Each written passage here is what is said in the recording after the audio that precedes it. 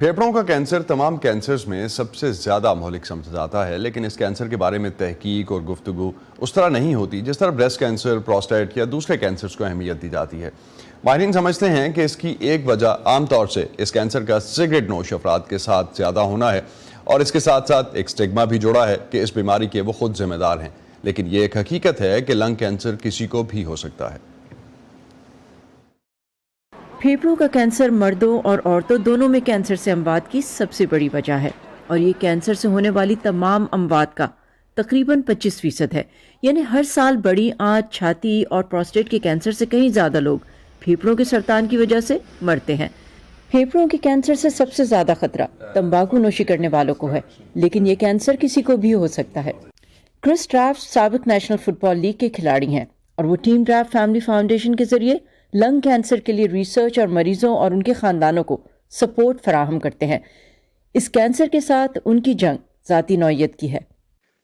وہ 37 سال کی عمر میں پھیپھڑوں کے کینسر کے چوتھے سٹیج پر تھیں۔ وہ ایک بھرپور صحت مند زندگی گزار رہی تھیں۔ اس نے کبھی سگریٹ نوشی نہیں کی تھی، ہمیشہ ہر چیز کے لیے تیار۔ بدقسمتی سے اس کے مرض کی تشخیص دیر سے ہوئی، لیکن اس کینسر کے علاج میں کچھ حیرت انگیز پیش رفت ہوئی جو 2011 سے شروع ہوئی، لیکن بدقسمتی سے میری بیوی کو یہ نئے ٹارگیٹڈ علاج میسر نہیں ہو سکے، اس لیے وہ کیمو پر تھی اور 1 سال بعد ہمیں چھوڑ گئیں۔ 2011 میں ان کی وفات سے 1 ماہ پہلے کیشا اور کرس کی شادی ہوئی۔ شادی سے پہلے کیشا نے تحائف کے بجائے اپنے خاندان اور دوستوں سے فاؤنڈیشن کی مدد کرنے کو کہا، اور کرس کہتے ہیں اسی لمحے ٹیم ڈرافٹ تخلیق ہوئی، کیونکہ وہ کہتے ہیں کیشا نے عہد کر لیا تھا کہ وہ موت کا انتظار کرنے کے بجائے دوسروں کے لیے امید بنے گی، اور آج 10 سال بعد بھی ٹیم ڈرافٹ تحقیق اور آگہی کے لیے مدد فراہم کر رہی ہے، اور یہ تحقیق ہی کا نتیجہ ہے کہ حال ہی میں CDC نے پھیپھڑوں کے سرطان کے بارے میں اپنی گائیڈ لائنز تبدیل کی ہیں۔ آئینووا ہسپتال کے chief تھوریسک surgeon doctor Michael point کہتے ہیں پھیپھڑوں کے سرطان کا پتہ چلانے میں خاطر خواہ پیش رفت اسموکرز کی جان بچانے میں مددگار ہے۔ کیٹ سکین کے ذریعے سکیننگ اسٹڈی اور اس کے ساتھ ہی پھیپھڑوں کے کینسر کے علاج میں بھی بہت پیش رفت ہوئی ہے، جیسے کہ ہم گلٹی کے اندر موجود جینیاتی مارکرز کو دیکھ سکتے ہیں، اور اب ہمارے پاس ایسی دوائیں ہیں جو حقیقتاً مخصوص خلیوں کو نشانہ بنا سکتی ہیں۔ یہ گزشتہ دہائی کے دوران پھیپھڑوں کے سرطان کے علاج میں ایک بڑی پیش رفت ہے۔ نئی گائیڈ لائنز کے مطابق ایسے سگریٹ نوش افراد سے جو 15 سال تمباکو نوش رہے ہوں، انہیں اب 50 سال کی عمر میں سالانہ کیٹ سکین اسکریننگ کے لیے کہا جا رہا ہے۔ لہٰذا اگر ہم چاہتے ہیں کہ حالات بدلیں تو ہمیں تحقیق پر انحصار کرنے اور تبدیلی لانے کی ضرورت ہے، تاکہ جن لوگوں نے سرے سے تمباکو نوشی کی ہی نہیں یا کم کی ہے ان کا بھی معائنہ کیا جا سکے اور جلد پتہ لگایا جا سکے، تاکہ ہم زیادہ سے زیادہ لوگوں کو بچا سکیں۔ ڈاکٹر وائنٹ کہتے ہیں کینسر جتنا کم عرصہ ایک جسم میں رہے گا، جان بچانا اتنا ہی آسان ہوگا، اسی لیے کینسر کا جلد پتہ لگانا اہم ہے۔ جو لوگ پھیپھڑوں کے کینسر میں مبتلا ہوں، اگر ان کی گلٹی چھوٹی اور ابتدائی مرحلے میں ہو تو ہم سرجری کے ذریعے علاج کر کے انہیں صحت یاب کر سکتے ہیں۔ پھیپھڑوں کا سرطان کسی بھی دوسرے کینسر کے مقابلے میں زیادہ جان لیوا اس لیے بھی ہے کہ علامات ظاہر ہونے تک کینسر بہت بڑھ چکا ہوتا ہے۔ کینسر کی ایک یورپی تحقیق کے مطابق اسکریننگ اسکینز کی وجہ سے پھیپھڑوں کے کینسر سے ہونے والی اموات میں مردوں میں 26% اور خواتین میں 61% کمی آئی ہے۔ عالمی طور پر پھیپھڑوں کا سرطان مردوں کے مقابلے میں خواتین کو زیادہ متاثر کرتا ہے، اور دنیا بھر میں ہر سال 6 لاکھ عورتیں لنگ کینسر سے مرتی ہیں۔ صبا شخان، voice of America, Washington. Pakistan میں ہر 9 میں سے 1 عورت کو بریسٹ کینسر کا خطرہ لاحق رہتا ہے۔ اگر بروقت اس بیماری کی تشخیص ہو جائے تو اس سے بچنا ممکن ہے۔ کراچی کی فرحت ناز اور لاہور کی گلناز ایاز نے چھاتی کے سرطان کو اپنی ہمت سے کیسے شکست دی، جانتے ہیں ستر ڈار اور سمن خان کی اس رپورٹ میں۔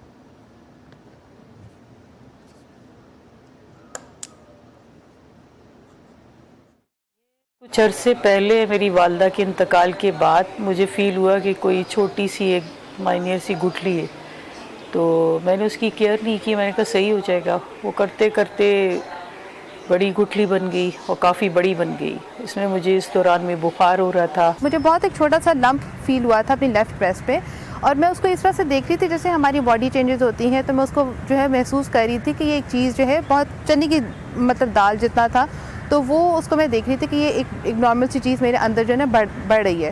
میں جو ہوں ایک جو ہے پرائیویٹ ہاسپٹل بریسٹ سرجن سے ہی میں نے اس کو آپریٹ کروایا تھا, صرف لمپ ریموو کروایا تھا, اور وہ اسپیسیمن دیا گیا تھا شوکت خانم لیب میں, اور ادھر سے بھی یہ ڈائگنوز ہوا تھا کہ یہ کینسر ہے. پھر دوسرے دن میں ہاسپٹل گئی ہوں ڈاکٹر رفینہ کے پاس. پھر انہوں نے دیکھا, بلکہ انہوں نے مجھے ایک ریمارکس یہ دیا کہ فرحت آپ نے اپنے ساتھ ظلم کیوں کیا. تو انہوں نے پھر مجھے بتایا کہ مجھے 3ری اسٹیج ہے, اور جو کہ میرے بچوں نے چھپایا کہ شاید امی کمزور پڑ جائیں, روئیں گی پیٹیں گی, لیکن ایسا کچھ نہیں ہوا. میں نے کہا بھئی اگر میں یہ بیماری آئی ہے, غفلت سے آئی ہے, جیسے بھی, تو مقابلہ کروں گی, صحیح ہو جائے گی. اس وقت میں بتا میری جو کیفیت تھی, میں بہت روئی تھی. مجھے سمجھ نہیں آ رہی تھی کہ میں اس سے کیسے ڈیل کروں, کیونکہ ہم جب کینسر لفظ سنتے ہیں ہمیں یہی ہوتا ہے کہ اس کی زندگی تو بس ختم ہو گئی.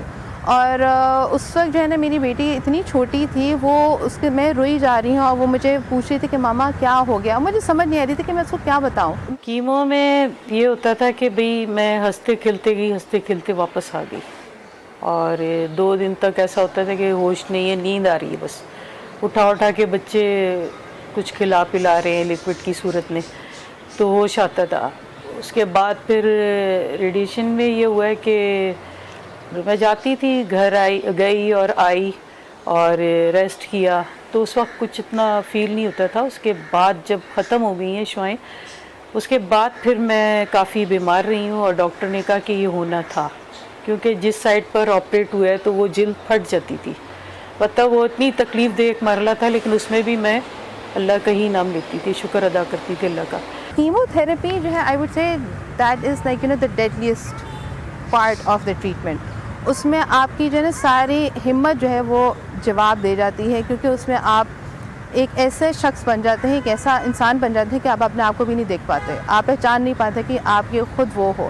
تو اس میں آپ کے بال گر جاتے ہیں, آپ کے جسم پہ جہاں پہ بھی بال ہوتے ہیں سارے وہ گر جاتے ہیں. میری آئی بروز نہیں تھی, میری آئی لیشز بھی نہیں تھیں, اور تب مجھے جو ہے آئی لیشز کی جو ہے قدر محسوس ہوئی تھی, کیونکہ یہ ہماری جو ہے ڈسٹ جو ہے اس کو مطلب پروٹیکٹ کرتی ہے نا آنکھ کو. مجھے یاد ہے کہ 3ری کیمو میں ادھر آ کے روئی تھی ڈاکٹرز کے پاس, اور میں نے کہا تھا کہ اگر میں اپنا ٹریٹمنٹ یہاں پہ ختم کرا دوں, تو انہوں نے ہمت دی کہ دیکھیں آدھا تو ہو گیا ہے, آدھا بھی گزر جائے گا, لیکن اس سے ماؤتھ سورز ہو جاتے ہیں, آپ پانی تک نہیں پی سکتے, آپ کے اندر اتنے زخم بن جاتے ہیں کہ آپ کو وہ پانی تک جو ہے وہ چبھتا ہے, اور آپ کو مطلب آپ اپنے کام نہیں کر سکتے. آپ کو پھر اینڈ پہ مجھے 5ویں یا 6ٹھی کیمو تک مجھے آگے سہارا لے کے چلنا پڑتا تھا. میں خود اپنے کام نہیں کر سکتی تھی, مجھے چکر اتنے آتے تھے. امریکہ میں خوراک اور ادویات کے نگراں ادارے FDA نے جو اپروولز دی ہیں اس میں تقریباً 24 ویکسینز اس وقت اویلیبل ہیں امریکہ میں, اور اس کے علاوہ تقریباً 13 تھراپیز کینسر سے ریلیٹڈ دی جاتی ہیں, کینسر سے بچنے کے لیے کسی طرح سے جو امیونو تھراپی تک جو ہیں وہ لنکڈ ہیں. اور اس کے علاوہ بھی اس پہ تحقیق ہو رہی ہے. امید ہے کہ فیوچر میں ہم اس لحاظ سے کچھ ڈیولپمنٹس ایسی دیکھ سکیں گے کہ انسانیت میں جس طرح سے انسانی زندگی کو کینسر سے خطرہ ہوتا ہے اس سے بچا جا سکے. اسی پہ ختم کرتے ہیں آج کا ویو 360. Stay safe. اور پاکستان اور خطے سمیت دنیا بھر کی خبروں اور ڈیولپمنٹس کے لیے آپ آ سکتے ہیں urduvoa.com پر. یہ سارا کانٹینٹ آپ کو ملے گا ہمارے سوشل میڈیا پلیٹ فارمز پر بھی. اب تک کے لیے اتنا ہی. اسد اللہ خالد کو اجازت دیجیے. خدا حافظ.